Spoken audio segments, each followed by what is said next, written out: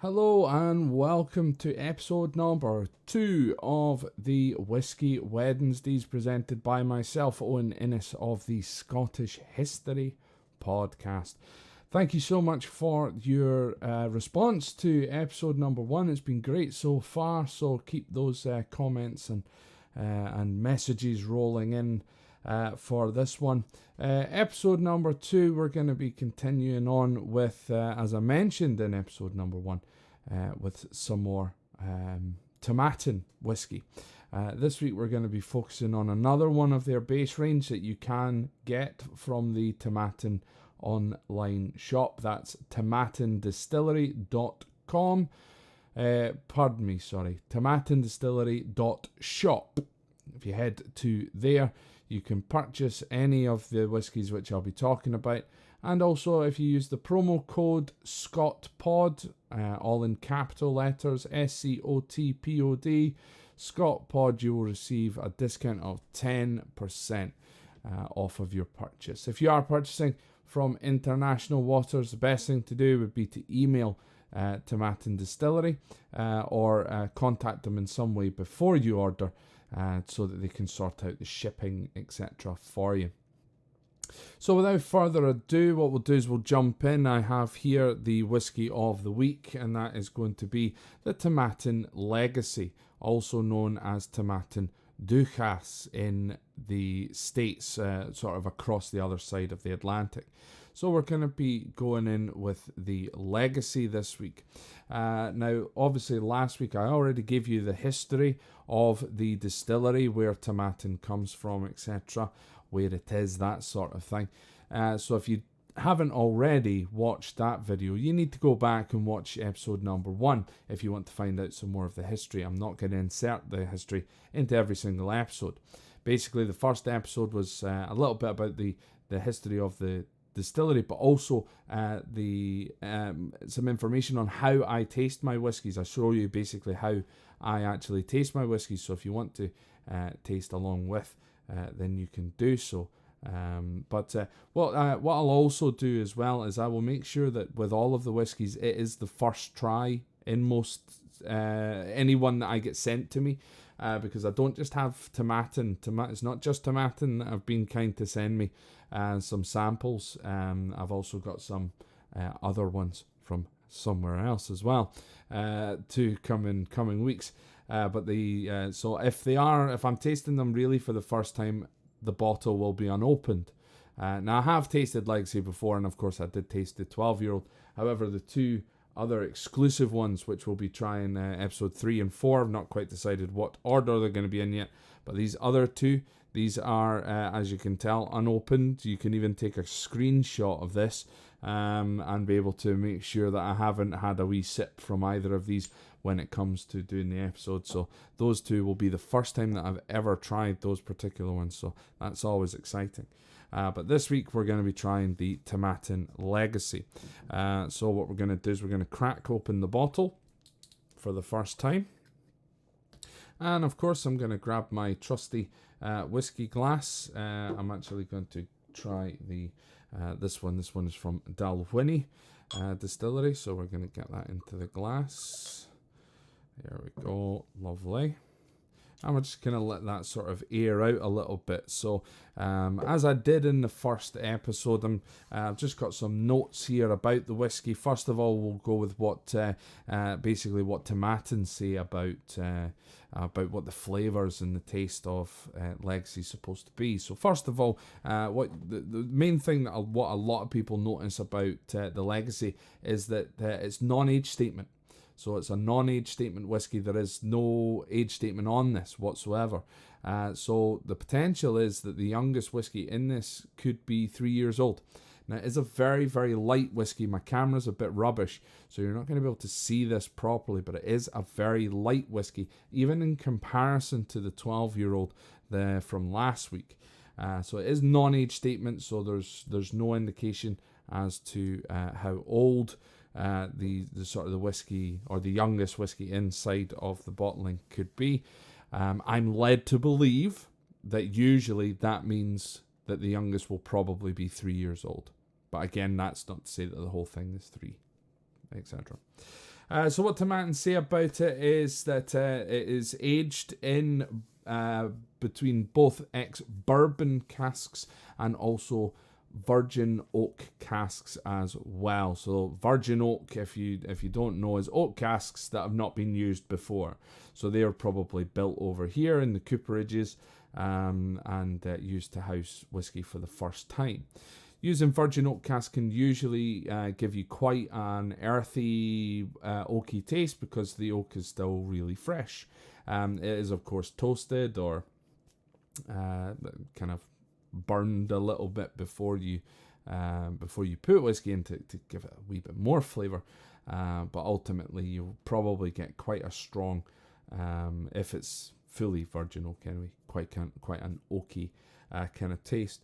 Now what Tomatin say is that the scents that come off it, so the nose should you should be able to get vanilla bean, white chocolate and cinnamon as well. I probably drank this when I wasn't quite so and I'm not a professional in any way, I've not been trained in any way, but before I was kind of properly drinking whiskey kind of thing. So I don't even really remember what the nose of Legacy is, so I'm intrigued to find out, sort of thing. But what then I've also done is I've went around some other websites and I've also found their tasting notes to help me kind of find the right ones. So what we should be looking for, first of all, in the nose, which we're going to do in a second, is we're looking for lemon, panatella, pine forest, so should maybe get a little bit of the wood. I'm guessing that's what it means. Of course, pine is different to oak, but we should get maybe a little oaky kind of scent. A green kind of scent as well, so I'm guessing that's kind of maybe freshly cut grass, that kind of idea. And the aforementioned vanilla. So once again, I'm just going to show you exactly what it is that we're going with. It's just whiskey straight out the bottle in a glass, nothing else in the glass. The whiskey has been sitting in this room at room temperature ever since it arrived. It maybe got a little bit cold on the way here. I think it was sent when it was a little bit chilly outside. But that's the coldest that it's ever been. It's not been in the freezer. It's not been in the fridge. Why would you want to do that? Don't bother. Unless, of course, it's like really hot. But personally, I think whiskey tastes better room temperature. That's why when you visit Scotland, you go to a bar, it's all sitting on the shelves. So no ice, etc. But what I do again have is a fresh glass of water to put a couple of drops into the whiskey as we sort of try it. So first of all, in the nose, so we'll give that a little swirl around. So in the nose, we're kind of looking for perhaps lemon, pine, freshly cut grass. Vanilla is kind of the one which is mentioned quite a lot. So let's see what we get. Now, immediately, what I get from that is you do, again, first of all, you are able to tell that it is whiskey almost straight off. You can smell the alcohol in there. It's probably because of the youth, the youth of the whiskey, perhaps, which is in it. It's very sweet.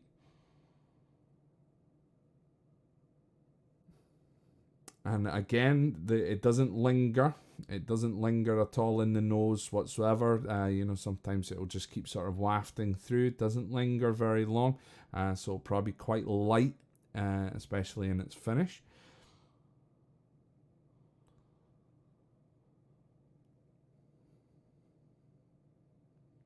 Definitely the sort of the lemon, now that I'm starting to think about it, a sort of citrus zing. If you were to perhaps accidentally snort lemon for some daft reason. But yeah, no, it's kind of...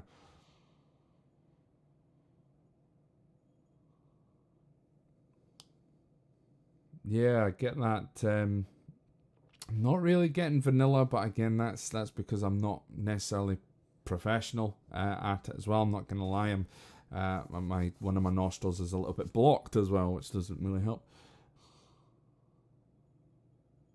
But overall, It smells lovely. Very, very nice. So in our taste, what we should be getting is cracked pepper, sweet barley. I love my sweet barley, especially in the sort of the Isla whiskies. You get a lot of that really sweet barley coming through before that explosion of the peaty smokiness. Pineapple sweets. So that kind of would remind me of cola cubes. They're like pineapple flavor, but with sugar around the outside. Hard boiled kind of sweet. So I'm gonna see if we can see some of that. Perhaps there's maybe a sort of little pineapple zing in the nose. But what we also should get as well, apparently, is some oak. So again, that'll probably be the youthness, youthness a word? Ugh, who knows? All I know is I'm here to taste some whiskey. So again, this is completely neat, not on the rocks, no water, no ice, no anything like that in it just now. So we'll take our first sip, and of course I should always say Slangevar before we take a sip. So again, we're going to go with the 3 sips as usual.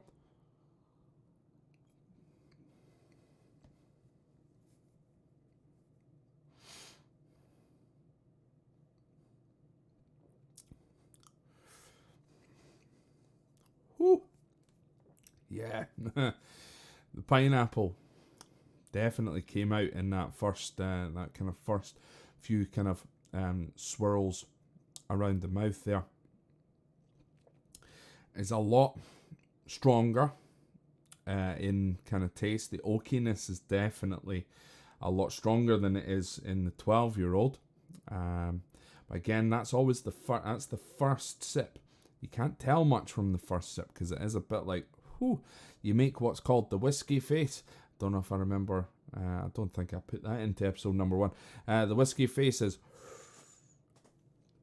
and that can be the face that somebody makes whether they really like whiskey or they really don't like whiskey. It's the same face basically, especially after the first sip. So we usually, of course, have 1 sip, wait about a minute or so, and then we'll go in for the second. Definitely peppery as well. So it's kind of got that spicy kind of black pepperiness to it. So let's go sip number 2.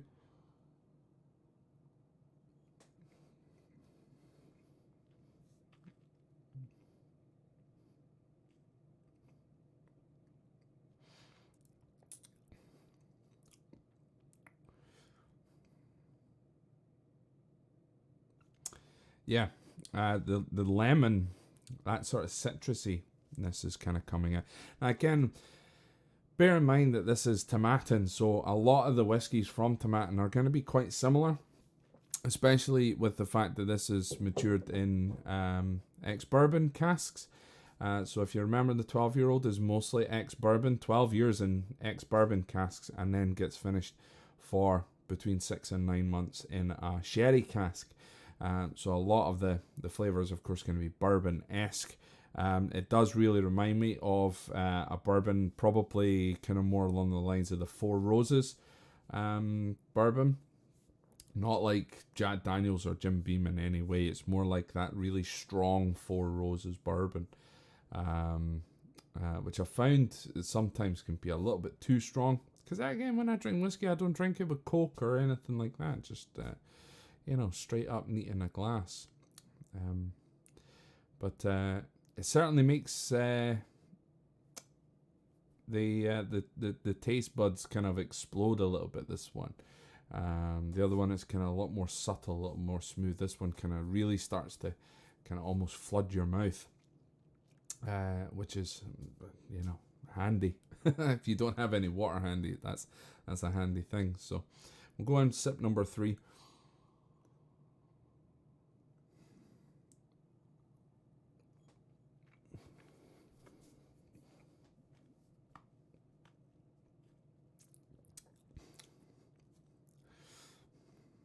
Yeah, it definitely starts to get easier to drink as well. With the sort of the rule of 3. Now the third one, I now know what I'm expecting. I watched. I kind of regularly watch other whiskey review videos, and watched one early this morning by the Whiskey Tribe, who are good crack. They're from over in America, and they were saying about that. I've completely forgotten why I mentioned them, but yeah, it'll probably come back to me. But the whole idea with the whiskey is just it's really nice. It's just very, very subtle, and yeah, just yeah, this one's quite nice, very nice, and it gets easier to drink as you kind of go along. So what we're now going to do is we've had our 3 sips. I'm going to put, just as before, just a little bit more into the glass there. And again, because I'm unprofessional and I don't have a dropper, we're going to put a drop or 2 of water into, so just with a finger in the water. So that was kind of 2. I think we had some good luck last week with 3, so there we go. So we'll put the 3 in there. I'll give that a good swirl around. Now I forgot to mention as well with these particular types of whiskey glasses, I'll use the empty one here, is these whiskey glasses are for tastings, and so this one is from Killoman, the other one was from Dalwhinnie. So usually when you do a distillery tour, especially on Isla, where like Killoman etc. is, you get this lanyard that's got one of these glasses attached to it, because at various points throughout the course of the tour you get a little taster, a little dram, or whatever. So they're obviously very handy, but the reason for these type of glasses, I mean, this isn't a Glencairn glass, but it's in the Glencairn glass style, is you have this sort of big open bottom here, and the sort of concentrated sort of top, so almost, I suppose, like a tulip, perhaps, like an opening tulip. And what that does is that's for nosing. So you basically, all of the everything sort of collects, all the smells start to collect in here, and then it sort of funnels up. So when you nose it, everything collects in a smaller space than where the whiskey is kind of branching out in here. That's kind of the idea behind it. So that's why these whiskey glasses are good for tasting and nosing, etc. If I go to a bar, I do prefer the kind of, the big round, almost tumbler kind of glass. But to be honest, any receptacles, I'd drink it out of a cardboard paper cup or a plastic cup if it was all they had available, straight out the bottle even. I'm totally fine with. So we've, as I say, we popped a couple of think about 3 drops of water into this Tomatin Legacy. So what we'll do is we'll give it a nose first, see if there's any major changes.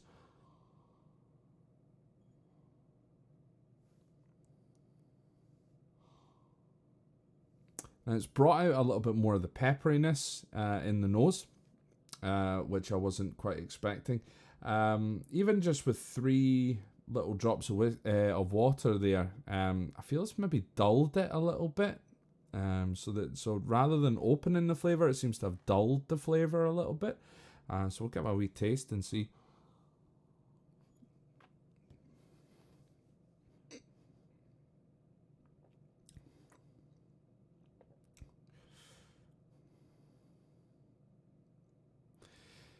Yeah, it kind of did dull it a little bit. There is, again, there's a little bit more of the sweetness come out, but it seems to have kind of just dulled things down just a tiny, tiny little bit.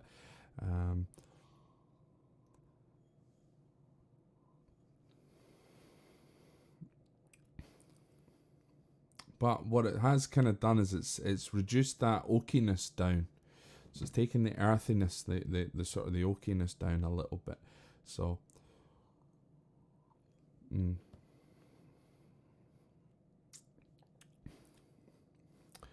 But overall, I think it's a very, very nice, lovely whiskey. I would certainly say the 12 years, for me personally, I would say that the 12 years is just a little bit better. And that's got nothing to do with there being an age statement on it or anything like that. It's got nothing to do with that. Again, as I mentioned, the 12 was one of my favourites when I first ever had it. It was the one I fell in love with, and the Legacy. I do remember, picking up a bottle of Legacy, and it's good. It's handy to have around the house, kind of thing. If you just fancy a wee dram. But personally, there's not an awful lot going on in the Legacy that would make me potentially buy another bottle, if that makes sense. Like, I have the bottle that I have, but when I finish it, would I go out and replace it? Potentially not. I would rather get the 12 or even the 14. But if this is what you can find and this is what you can afford, it's not bad. It's in no way a bad option. It's a very, very good option to have.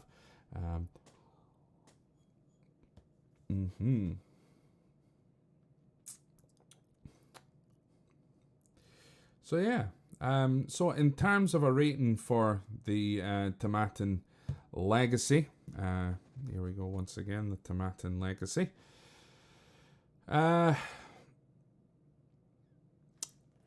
I'm gonna give it a 5 out of 10.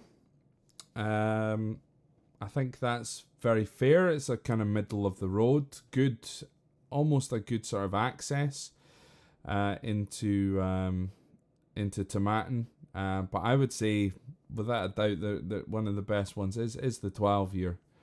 Without a shadow of a doubt. One thing that I will say as well is, again, I mean, I'm not a professional, so I'm rating whiskies. I'm just giving you my personal opinion on it.